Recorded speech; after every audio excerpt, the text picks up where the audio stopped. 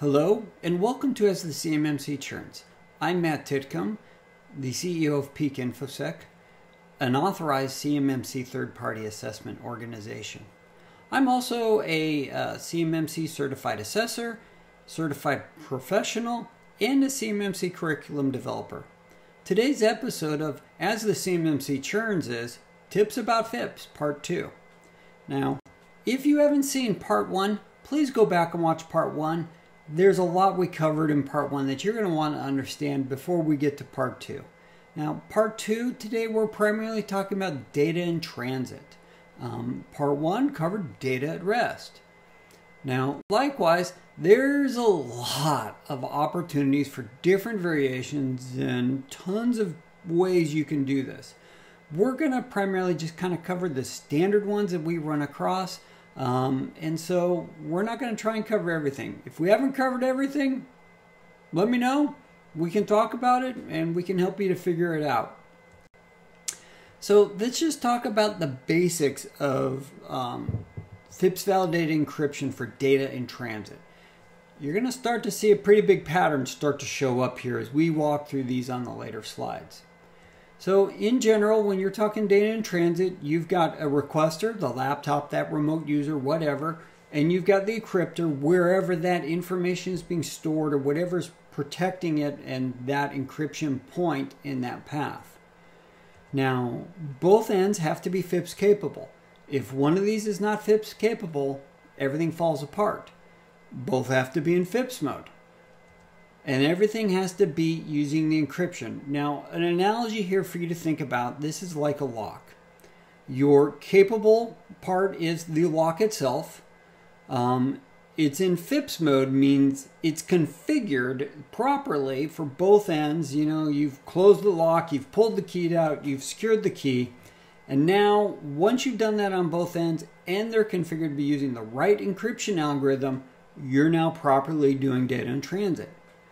Now, that then ensures that you have end-to-end encryption using the proper mechanisms and processes and path. Now, there's also the assumption in here that you have no unauthorized man-in-the-middle decryption points, or guess what? They're in scope 2. Now, we'll be talking about that more as we go through the other later discussion, but let's walk through some different use cases that I'm sorry to say, you're going to kind of see a repetitive pattern here, but it is the way this has to be done. Now, when it comes down to it, the remote user VPN is one of the most common things we see where we see FIPS-validated encryption needing to be done. You got both endpoints again, you got FIPS capability, FIPS mode, encryption used, it's end-to-end, and there's no unauthorized decryption points in path. Pretty straightforward. Let's also talk wireless access. So if you've got a wireless and you're transmitting CUI wirelessly to your endpoints on your wireless access point, this is what applies. Requester and encryptor, capable, in FIPS mode, encrypted transmission using the right algorithms, it's end-to-end, and there's nothing in the middle. Likewise, when we get to the site-to-site, you start to see the same pattern pop again. This is the fundamental approach as we're looking at implementing FIPS-validated encryption. You need to make sure all of these points are being addressed in preparation for this. Now, we'll notice one thing that's kind of popped over on the side on these. There's no opportunity to do alternative physical safeguards for site-to-site VPNs. This is purely physical. I mean, purely logical, depending upon the encryption mechanism to protect CUI. So let's talk about a use case we do run into, and if you do it and you work it right, you can actually use this. Now, this is the conversation of FIPS and FIPS. Many people try and encrypt your all the traffic, the encapsulating tunnel that everything's going through, and then all the different protocols. You don't need to if you do it right. So the first one is really, let's assume we're talking to Office 365 or TLS 1.2. We've got FIPS encrypted SMB, standard file sharing for CUI. Great. I don't need to worry about that site-to-site tunnel, that remote VPN, wireless, etc. if you're doing this way. because at that point in time, you're re-encrypting an encrypted path. Now, that when we do that and you see that normally, that's something I've ran into when we used to set up classified secret communications across the internet. We would encrypt and encrypt, and the tunnels would be encrypting other tunnels. It got muddy and complicated, and it's very hard on processing. Now, if you've set this up right and you can document this in your SSP and supporting document and supporting requirements, you're good to go. This is the way we're set up. It makes life a lot simpler. I don't have to deal with FIPS on the firewalls, etc. Now, unfortunately, this doesn't always work. Sometimes you do get to the issue where the mechanism using FIPS-validated encryption must be used for that tunnel because you're transmitting something across that path that is unencrypted. The moment it becomes unencrypted in that tunnel path, you've got to use FIPS-validated encryption. So this is an option space from an engineering point of view, but you're going to have to prove it if you're not using FIPS-validated encryption on your tunnel and your communication site links. Now let's talk about one of the use cases, that man-in-the-middle inspection point. So many times we see next-gen firewalls put into full SSL TLS inspection. What is that doing? Basically, we've now intersected and put in somebody in the middle. We've got the requester, you've got the encryptor, which is now the firewall. The firewall then takes that request and passes that on back up to Office 365 in this case, who's now the encryptor. Because basically, the firewall is opening that packet, letting you sign to the firewall, and then it signs to Office 365.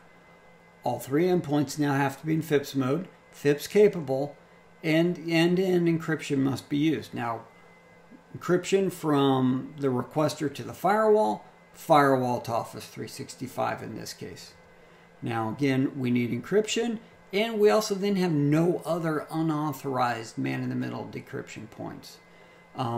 This is the way you need to worry about if you're doing full TLS inspection of your packets going through your firewalls. Now, when we're looking at this, you can also set this up, your firewalls, not to do full TLS inspection without going into FIPS mode. The way we do this, and this is the same way we do full-blown TLS for everything except for the conversation going to Office 365. We do not decrypt that. So our traffic to general internet, things like that, when we're going and helping clients and we're just going to Microsoft sites or technical sites to go inspect, go and figure things out, we're doing full TLS inspection. Everything else just goes right through the firewall. Now what does this do? And purple is going to be the key color here. So we still got the same setups here. Now, in this case, the firewall is not in FIPS, doesn't have to be FIPS capable. The firewall doesn't have to be in FIPS mode. And that purple communication is still FIPS encrypted all the way end to end because there's no man-in-the-middle insertion. And because of that, we're maintaining that encryption through and through. And we're also validating that the firewall is not doing any decryption. Now, this is where you've got to go down to the policy level in that firewall. Basically, in the case of Office 365, they list all of the URLs that you go to. You add those as, for you're going to this site, you don't inspect. And you have a separate policy for this, is the way you set up in a firewall. But this is how you would handle next-gen firewalls to do both full TLS inspection of everything else, but all the places you use for CUI. Now, this is in reality our recommended architecture. We work with lots of clients, and this is how we protect them. You do want to inspect SSL and TLS. That is one of the primary ways hackers use to get by your firewall and get right to your endpoint. So it is recommended to do this. So last time we talked about high-performance compute clusters and what a pain they are. So let's carry this on, and now we're going to kind of get into the wiggle room we can use for FIPS to help deal with your high-performance compute clusters and other technologies, but this is the one we kind of run into the most. So implement cryptographic mechanisms on the left for transmission unless otherwise protected by alternative physical safeguards. Yep, if you're transmitting within a secure facility, secure room, etc., you don't need to do FIPS. You just have to show how you're protecting with alternative physical. This interestingly goes all the way back to the days when fiber was run, and fiber was run in dedicated metal conduits because you couldn't really encrypt fiber. It was royal pain and throughput rates just failed. So everything was ran in conduit. And that's where DoD applied this requirement to it. Now, at rest, you can use, in the discussion, offline storage. Again, you're applying physical protection controls to that infrastructure when it's offline. So let's kind of walk through this a little bit. So we've got our high performance compute cluster. It's not in FIPS mode. Likewise, we've now put it in a secured rack. We've put it in a secured monitored room. All right. Now, that could be sitting right next to other racks. It can be sitting in lots of other places, but you just need to physically isolate and protect it, and within your scope, by the way. Now, right now, when you've done this, when that device goes offline, you have met your data at rest requirements. This has just got to be documented the way you're handling it for this. When we get to data in transit, well, we put the normal switch in. We're going to put a jump server in FIPS mode at this point in time. Likewise, we're going to have a secured rack. And in that secured rack, we want to have its own dedicated firewall, or, again, however you've set this up, you could use virtual firewalls. Lots of fun architecture variants in here. And then the key thing is you've now got that remote user.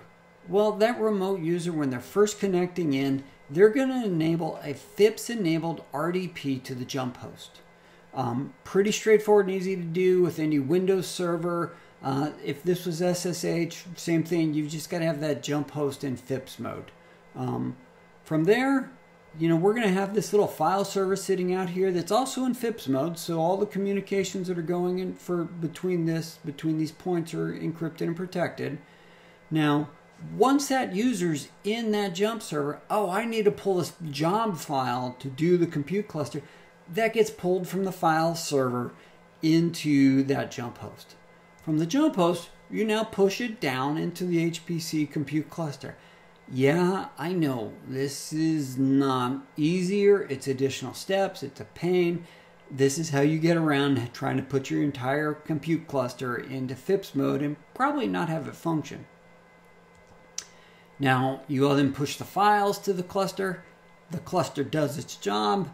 You pull the job results back, and then you push the results back out to the org file server for further analytics. Normally Excel, PowerPoint, all the other things you would normally do when you're analyzing those results that are coming out of that high performance compute cluster. That's how you can actually leverage physical protection capabilities in that wiggle room to do data in transit protection for FIPS in high performance compute clusters. Same techniques and mechanisms can be done for other, hard to handle FIPS-validated infrastructure, but it can be handled and it can be worked within your business. So let's sum up right now.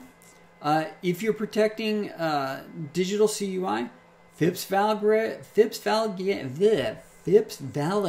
algorithms and configs are required. Generally. Again, we've shown you some ways you can get around them. CUI data in transit must use FIPS-validated encryption. And if it is used at the protocol level already, you don't need to re-encrypt it. Commingled, encrypted, and unencrypted must be protected via encryption or by alternative physical protection safeguards, as we can have shown with a high-performance compute cluster. And there is FIPS wiggle room you can apply wisely to actually still meet the requirements within the actual requirements themselves. Coming up next is on our next CMMC Churns is going to be CMMC FUD, fear, uncertainty, and doubt.